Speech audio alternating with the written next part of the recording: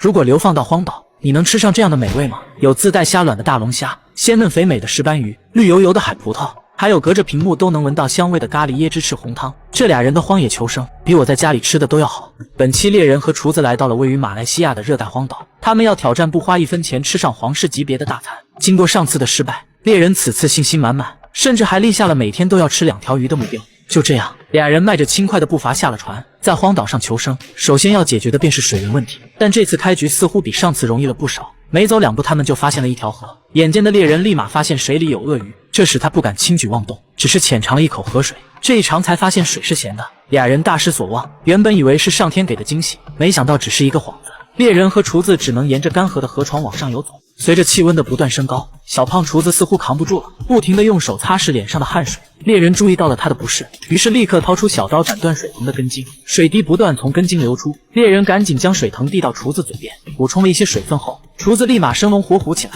就这样，俩人顶着大太阳又走了3公里，终于在丛林里发现了一个小水坑，水看起来很清澈，达到了饮用标准。但考虑到厨子的身体状况，猎人还是准备煮开再喝，趁着喝饱有力气。两人又回到了沙滩搭建帐篷。随着太阳落山，猎人打算去海里钓鱼，而沙滩上随处可见的寄居蟹正好可以作为诱饵。显然这里的鱼已经吃腻了老口味，不肯上钩。执着的猎人等待了几个小时，鱼毛都没钓到，第1天就没能实现立下的目标。这打脸的啪啪声，我隔着大洋彼岸都听到了。第2天，俩人睡到了自然醒。猎人为了给心爱的厨子补充营养，今天他改变了方式，打算潜水去抓海鲜。厨子看到信心满满的猎人也不甘示弱，立刻开始在海边寻找物资。显然他的运气不怎么样，在转悠了一圈后毫无收获，最后只捡了几个从海上飘来的椰子。另一边的猎人还在水下抓海鲜，但他寻找了半天，发现这里并没有什么活物，只好失望地回到岸上。等厨子回到营地打算生火做饭时，看到了2手空空的猎人，他终于明白这个男人是靠不住的。现在看来他们今天只能靠椰子生存了，但光吃椰子也不是办法，总得搞点其他配菜吧。就在俩人苦思冥想之时，一只没有眼力见的寄居蟹爬了过来，因为它正好走进了饥饿的猎人和厨子眼中。寄居蟹虽然是食腐动物，但至少它们是螃蟹。花了不到3分钟，猎人就捡到了一箩筐，用刚才厨子捡来的椰子做个椰子寄居蟹汤，这名字听起来就很鲜美。厨子也拍着胸脯保证，这样煮出来的寄居蟹一定很好吃。猎人则在一旁激动的原地打转。终于在经过一番烹饪后，美味的椰子寄居蟹汤出锅了。猎人迫不及待地拿了一个放到嘴里，可下1秒就吐了出来。厨子不敢相信，以为猎人是在逗自己，于是选择亲自尝尝，但结果是一样的。这下连厨子也开始怀疑自己的烹饪技术。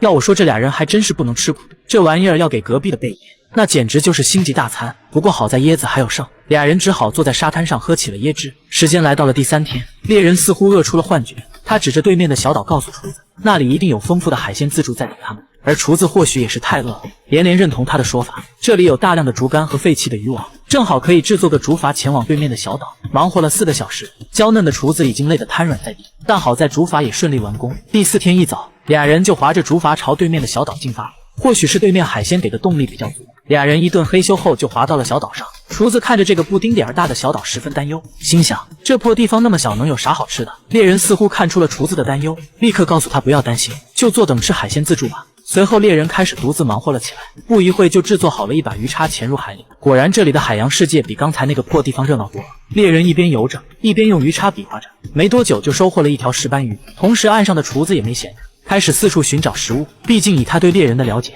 空手而归的几率还是很大的。很快厨子找到了一些海葡萄，这东西不仅味道好，还富含维生素。厨子迫不及待地放入嘴中咀嚼，那口感就像是在吃鱼子酱一样，是不可多得的美味。在海里抓鱼的猎人收获颇丰，终于可以实现1天吃2条鱼的小目标了。但他并不满足于此，兴许是老天照顾，原本只想找点隔离的猎人，居然抓到了一只大龙虾，等待着战利品来到岸上。厨子露出了欣喜的笑容，历经那么多磨难，这下终于能吃点人吃的东西了。厨子手起刀落收拾好石斑鱼后，又开始展示起颜色鲜艳的龙虾子。这东西可是好宝贝，要是放在餐厅里也是重金难求。没想到今天竟被他们遇上了，而厨子不愧为米其林星级厨师，深知顶级食材只需简单的烹饪。没过一会儿，美味的海鲜大餐就做好了。这配色，这食材，隔壁贝爷看了都得哭着问一句：您这是来荒野求生的吗？显然此刻猎人和厨子并没有心情欣赏这如同艺术品般的菜，开始狼吞虎咽起来。他们已经不记得上次吃肉是什么时候了。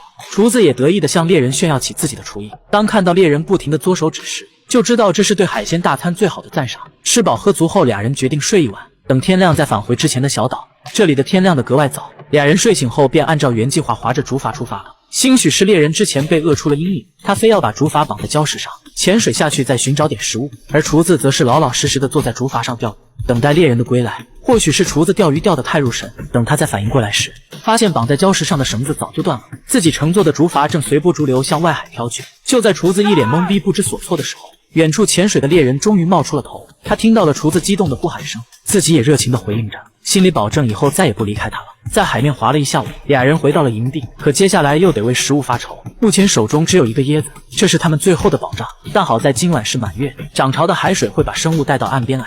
此时猎人也终于展现出了他的骁勇，一上来就捕获了一条大赤红。这下皇室级别的大餐是有着落。时间来到挑战的最后一天，厨子早早的就进入丛林寻找搭配赤红的食材。他发现了野生咖喱叶，如果将它和鱼肉搭配，味道会很不错。随即起锅烧油，加入椰汁和咖喱叶，等沸腾后把处理好的赤红放入锅中一起炖煮。经过半个小时的烹制，一锅美味的咖喱椰汁赤红汤闪亮登场。这顿有着东南亚风情的美食，让俩人吃得满满登登，也让他们在最后的一天完成了挑战。